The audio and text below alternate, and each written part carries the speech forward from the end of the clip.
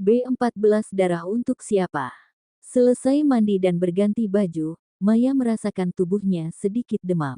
Mungkin karena faktor kehujanan, atau mungkin karena lelahnya pikiran yang lebih berdampak dari lelahnya pekerjaan, hingga membuat tubuhnya drop. Meminum tablet demam yang ia dapat dari tempat penyimpanan obat, Maya memilih mengistirahatkan diri sebentar. Saat dihadapkan dengan masalah rumah tangganya dan Mama Hani, Maya mampu menjadi wanita yang tegar. Entah kenapa, saat dihadapkan dengan kenyataan bahwa ia mencintai suami dari wanita lain, di saat statusnya juga masih berstatus istri Haris, serasa pukulan yang lebih berat. Harus merasakan cinta, di tengah badai prahara rumah tangganya. Hujan masih cukup deras, petir masih menyambar cakrawala. Meringkuk di bawah selimut, Maya memejamkan matanya.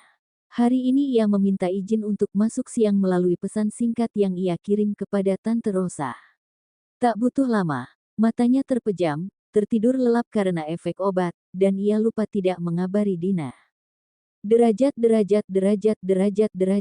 Neng Dina sendirian. Kang Oleh bertanya dengan melongokkan kepala di pintu kaca. Iya, Kang, Maya belum datang. Tante Rosa juga. Iya, Dina kesepian Kang. Dina sudah mulai bicara lebay. Gak biasanya Neng Maya telat.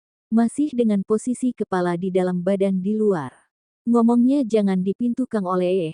Masuk, pamali nanti seret jodoh. Mulutnya bicara tangannya tetap bekerja. Dina sedang mengganti gaun di tubuh manekin yang akan dipajang. Ah, Neng Dina suka mengada-ada. Bumalinya saja sudah berkali-kali berjodoh. Sampai 5 kali malahan. Rekor, Dina mencibirkan bibirnya. Neng Dina sudah dengar gosip belum? Pria penjaga parkiran itu mulai mengajak Maya, berosip ria. Gosip apa? Dina berpura-pura tidak tahu. Masa, Neng Dina belum dengar? Belum Kang Oleh. Kang Oleh masuk duduk di kursi plastik bersegi 4, dekat dengan pintu. Kang Cilok idolamu, ternyata duda beranak satu loh Din. Terus, Dina sok jual mahal, seakan tidak butuh berita. Ya, gak pake terus Neng, nabrak nanti. Tidak bisa dipungkiri, Kang Cilok yang menjadi rebutan di kalangan pekerja, memiliki wajah yang lumayan, berkulit hitam manis, hilang manisnya tinggal hitamnya. Ucapan yang sering Maya ucapkan berlesung pipit bila sedang tersenyum, sebagai jimat menjadi daya pikat para pekerja wanita rumah makan dan toko kelontong yang dibuat tergila-gila kepada pria penjual makanan merakyat tapi mendunia. Hanya saja, Kang Cilok memiliki tubuh standar tidak tinggi tidak juga berotot, tidak seperti Kang Satpam bertubuh kekar yang menjadi incaran, idola baru Dina. Kang Oleh dukung Dina sama yang mana? Jangan bikin move on Dina gagal deh. Ya Allah Neng, pakai move on segala, jodoh mah gak akan kemana. Ya, iyalah, harus move on dulu, Dina kan type cewek setia, terkecuali dalam keadaan darurat. Dina cekikikan, sambil membayangkan malam mingguan dibonceng naik motor matik sejuta umat. Mendingan Kang Oleh bantu Dina. Bantu apaan? Komblangin Dina sama Kang Jujun. Junaedi, Neng. Biar beda Kang Oleh. Hingga obrolan keduanya terganggu, ketika salah satu partner kerja Kang Oleh melongokkan kepala sama seperti yang Kang Oleh lakukan. Kerja, ngibah aja nih berdua. Derajat. Maya terbangun saat merasakan perutnya terasa lapar, ia baru ingat kalau tidak sempat menyantap nasi goreng tersai campur teri yang buatnya di apartemen Lingga. Dilihatnya jam di dinding sudah menunjukkan pukul 12 siang. Badannya pun sudah terasa lebih baik dari sebelumnya. Turun dari tempat tidur, Maya melangkah ke dapur, mengecek ada stok makanan apa di lemarinya. Dibukanya kulkas kecil, di samping lemari piring. Tidak ada makanan yang tersisa, satu butir telur pun tidak ditemukan keberadaannya. Berganti membuka lemari piring di sampingnya, tersisa satu mie kuah rasa soto kesukaannya. Alhamdulillah, lumayan buat ganjel perut. Sambil menikmati mie berkuah panas dengan sisa kerupuk yang sudah setengah melempes. Maya membuka ponselnya, dilihatnya banyak panggilan dari Lingga dan juga Dina. Berpindah ke aplikasi pesan, Maya membaca pesan yang dikirim Lingga. Pria itu meminta maaf dan menanyakan keberadaannya, ia bingung harus menjawab apa. Ada rasa malu ketika mengingat kejadian saat di dalam kamar. Secepat itukah ia terbawa suasana? Maya mulai menelisik hatinya, benarkah ia telah jatuh cinta?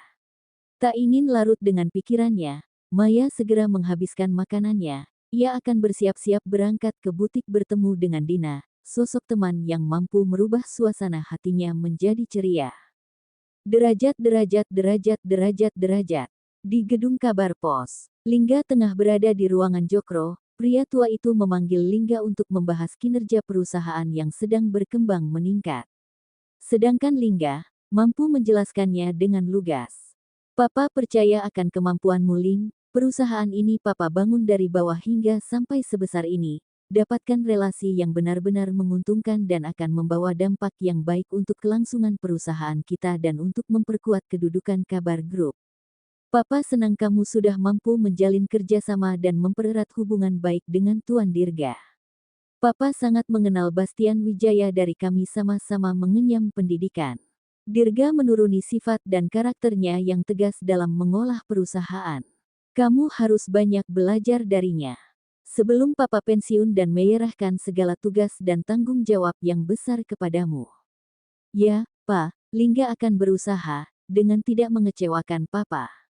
Masalahmu dengan Alisa, Papa tidak akan ikut campur lagi, Ling. Papa akan mendukung apapun keputusanmu, hanya saja, Papa tidak mau, skandal yang dibuat istrimu akan mengganggu kestabilan saham Kabar Group. Soal mamamu, bicarakanlah baik-baik dengannya, sempatkan pulang, untuk makan malam bersama di rumah. Akan Lingga sempatkan, Pa, dan terima kasih atas kepercayaan Papa. Lingga bangun dari duduknya. Ia membungkukkan badan sebagai bentuk penghormatan, sebelum meninggalkan ruangan. Ling, Jokro memanggil saat Lingga memegang handle pintu. Pria itu balik menatap Jokro yang masih duduk di kursi kebesarannya. Papa sangat berharap, kamu bisa berdamai dengan Mama Rosa. Kamu sudah cukup dewasa, Ling, kamu bisa memetik pelajaran dari apa yang Papa jalani. Suatu saat, jika kamu sudah siap, kamu boleh bertanya kepada Papa. Lingga mendengarkan tetapi tak ada jawaban, ia keluar ruangan dengan mulut terbungkam. Tak lama dari keluarnya Lingga dari dalam ruangan, asisten Jokro bernama Burhan masuk ke dalam ruangan menyerahkan laporan yang diminta tuannya. Jokro membuka map dan meneliti selembar catatan dan beberapa foto Lingga dengan seorang wanita. Sudut bibirnya tertarik membentuk segaris senyuman, memiliki arti yang dalam. Kamu akan dihadapkan dengan keputusan yang akan merubah jalan hidupmu, Ling. Kamu akan menjalani apa yang pernah Papa alami. Papa harap kamu akan mampu dan tidak mengulang kesalahan yang pernah Papa putuskan. Dan merubah sudut pandangmu. Jokro bicara dengan mata tak lepas dari selembar kertas berisikan data. Awasi terus, Han, aku ingin melihat sejauh mana dia mampu menyelesaikan masalahnya. Dan jangan lupa, sampai batas waktu yang memungkinkan putus akses Mawardi Sanjaya Purba untuk menemui Lingga. Pria tua itu jangan sampai mempengaruhi keputusan Lingga. Baik Tuan Jokro, semua akan berjalan sesuai keinginan Anda. Lingga tengah memikirkan ucapan Jokro, baru kali ini, pria tua itu banyak bicara kepadanya. Dari apa yang didengarnya, sepertinya ada sesuatu yang ia tidak ketahui dan dirahasiakan. Semenjak ia mengetahui Jokro menikahi Tante Rosa, hubungan keduanya menjadi renggang. Lingga memendam rasa kecewanya dengan diam dan memilih tinggal di apartemen dari mulai kuliah. Ia kecewa, kenapa Jokro harus memiliki wanita lain, bahkan rasa cinta Jokro kepada Rosa lebih besar dari Luciana, mamanya. Bahkan sampai hari ini, Lingga masih tidak menyukai wanita kedua papanya. Walaupun tidak sefrontal seperti saat ia masih remaja. Ia merasa Tante Rosa lah yang menjadi penyebab hubungan Jokro dan mamanya semakin menjauh. Hidup seatap hanya sebagai status, sedangkan wanita yang dirahasiakan status pernikahannya, tampak menikmati perannya sebagai istri. Ia marah, tetapi entah kenapa di hatinya kecilnya, ia tidak bisa membenci wanita itu, yang Lingga lakukan hanya menghindari dan tak ingin mengenalnya. Karena jika melihat wajah Tante Rosa, hatinya merasa gelisah. Memencet tuts pada pesawat telepon yang berada di atas meja, Lingga meminta sekretarisnya masuk ke dalam ruangan. Anda membutuhkan sesuatu, Pak? Robi bertanya, setelah berada di dalam ruangan. Pria yang umurnya 2 tahun lebih muda dari Lingga itu, sebelumnya menjadi orang kepercayaannya Jokro. Sepulang Lingga dari Jerman dan menjabat sebagai pemimpin umum, General Manager, Robi ditugaskan untuk mendampingi Lingga, dan selama menjadi sekretarisnya, kesetiaan Robi tidak bisa diragukan. Robi selalu bisa diandalkan. Duduk Rob, bisa saya bertanya sesuatu? Silahkan Pak, apa yang ingin Anda tanyakan? Jokro, apa yang kamu ketahui tentangnya? Maksud Bapak, Robi tampak heran dengan pertanyaan Lingga. Pria itu menanyakan sosok yang tak lain adalah orang tuanya sendiri. Kesehariannya, apa saja yang kamu ketahui? Maaf, Pak, saya memang lama menjadi sekretarisnya, Tuan Jokro, tapi hanya sebatas pekerjaan. Yang saya tahu, Tuan Jokro sangat disiplin, tegas, memiliki komitmen yang kuat sebagai pemimpin. Aku tahu Rob. Lantas, kenapa Bapak masih bertanya? Sulit bagi Lingga untuk mengungkapkan yang mengganjal di hatinya. Dan Robi paham akan itu. Kalau Bapak ingin mengetahui sesuatu yang bersifat pribadi, Burhanlah orang yang tepat.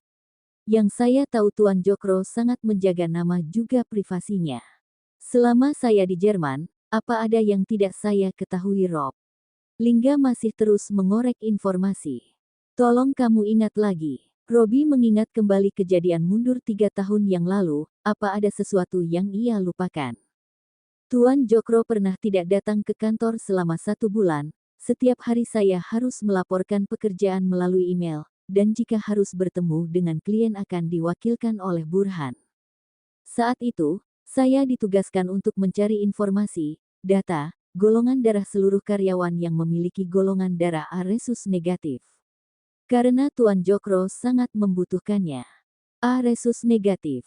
Lingga terkejut mendengarnya, karena ia memiliki golongan darah A resus negatif yang diucapkan Robi. Untuk siapa? Saya tidak tahu, Pak. Apa kamu mendapatkan pendonornya? Tidak, Pak, yang mendapatkan Burhan, dan saya tidak tahu siapa. Untuk siapa darah itu? Lingga masih bertanya-tanya, setelah Robi keluar dari ruangan. Apa ada sesuatu yang disembunyikan Papa? Tak ingin terlalu jauh berspekulasi terlalu jauh, Lingga memutuskan mencoba menghubungi Maya. Hatinya tidak tenang saat belum mengetahui keberadaan Maya ada di mana. 1 kali panggilan masih belum terangkat, Lingga kembali menghubunginya lagi, sampai akhirnya suara dari wanita yang dikhawatirkannya mengangkat panggilannya. Tetapi kenapa suaranya berbeda? Mei. Derajat. Mai, kamu tega banget sih tidak balas pesan, tidak angkat telepon. Bikin aku khawatir tahu, kamu kenapa? Kamu sakit Mei. Dina langsung memberondongnya dengan banyak omongan dan pertanyaan saat Maya tiba di Rose Boutique. Satu-satu Din kalau tanya, teman baru sampai bukannya disambut dengan makanan malah dengan pertanyaan. Bilang aja kalau lapar. Kamu kok tahu? Maya menaruh tasnya. Taulah, tampangmu seperti orang tidak makan 1 bulan. Dina memperhatikan Maya. Makan ini, aku baru saja dari luar, beli gorengan langganan kita. Dina menyerahkan kantung kresek berwarna putih berisi makanan. Baru saja Maya menggigit tahu mercon kesukaannya, suara dering ponselnya yang masih berada dalam tas berbunyi kencang. Mei, handphonemu. Ya, bentar, Maya malah asik, melanjutkan makan tahu isi berukuran jumbo yang baru digigitnya. Ini anak lapar apa doyan? Dina bertanya saat melihat mulut Maya penuh dengan tahu pedas. Untuk kedua kalinya, suara dering ponsel Maya berbunyi kembali. Mei, aku angkat ya, siapa tahu dari Tante Rosa. Maya menganggukkan kepalanya. Abang, siapa Mei? Dina bertanya sebelum mengangkat panggilan. Ya, abanglah. Iya, Maya, abang, maksud aku siapanya kamu? Gebetan ya. Dina tersenyum menggoda Maya. Hah, abang. Maya baru tersadar. Ia langsung menaruh tahunya yang masih separuh dan meminta ponselnya. Sini, Maya mengulurkan tangannya. Eits, nanti dulu. Dina menjauhkan tangannya. Siapa abang? Dina bertanya lagi. Menurutmu? Maya menjawabnya dengan tersenyum malu. Ya, ya, aku paham, Dina bicara dengan tersenyum penuh arti. Jangan macam-macam Din, tidak seperti yang kamu pikirkan. Memang apa yang aku pikirkan? Dina terus menggoda Maya. Dina dapat melihat perubahan di wajah Maya. Hais, kamu itu teman yang menyebalkan. Baru tahu ya. Dina mencibir Maya. Has, diam, aku mau bicara dengan pangeranku dulu. Dina meminta Maya untuk diam dengan menempelkan telunjuknya di bibir. Mei, terdengar suara maskulin dari seberang saat Dina mengusap panggilan. Halo Bang, Dina menjawab dengan suara manja yang dimerdukan. Dina Bang, sahabat sejati dalam keadaan susah dan senang. Entah apa yang ditanyakan, disampaikan Lingga, Dina tampak asik menanggapinya. Wanita itu menjawab beberapa pertanyaan yang diajukan. Jam 5 Bang. Dina menjauh saat Maya ingin menguping obrolan keduanya. Iya, Bang, jangan khawatir, pokoknya aku siap mendukung Abang. Dina cekikikan seakan sudah sangat akrab dengan si penelpon. Baru sampai Bang, sepertinya kelaparan, langsung menyomot tahu mercon berukuran jumbo.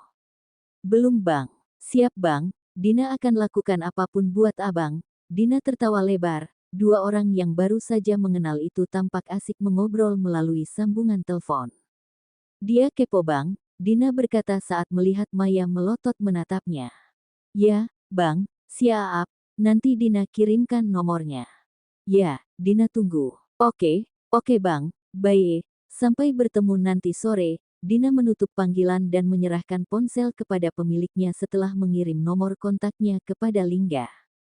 Kamu ya, Maya menjitak kepala Dina karena gemas. Ngomong apa kamu? Dih, kepo, rahasia dong. Aku serius Din, Abang gak cerita macam-macam kan? Macam-macam. Emang kamu abis ngapain? Dina tak henti menggoda. Ish, kamu rese ya Din. Maya tampak cemberut kesal. Yaelah Neng, cemburu mah bilang aja, gak usah malu-malu. Sekarang ceritakan yang selengkap-lengkapnya kepada temanmu ini, Mei. Ayo, duduk sini. Dina menepuk sofa di sampingnya agar Maya duduk. Di balik karakternya yang ceria, ngomong apa adanya, dan suka berlebay ria, pada kenyataannya Dina bisa berubah menjadi wanita dewasa, berpikir luas, dan serius dalam menyingkapi masalah. Banyak masukan yang ia berikan kepada Maya, secara ia sangat mengenal sifat Maya, bagaimana kehidupannya selama berumah tangga dengan Haris, dan bagaimana perlakuan yang harus diterima Maya dari keluarganya. Sedangkan Lingga yang baru saja bicara dengan Dina di telepon, pria itu tersenyum senang. Obrolannya dengan Dina membuat hatinya sedikit lebih tenang karena sudah mengetahui keberadaan Maya di mana saat ini. Dan ia sudah berjanji dengan Dina untuk menjemput kedua wanita itu sore nanti.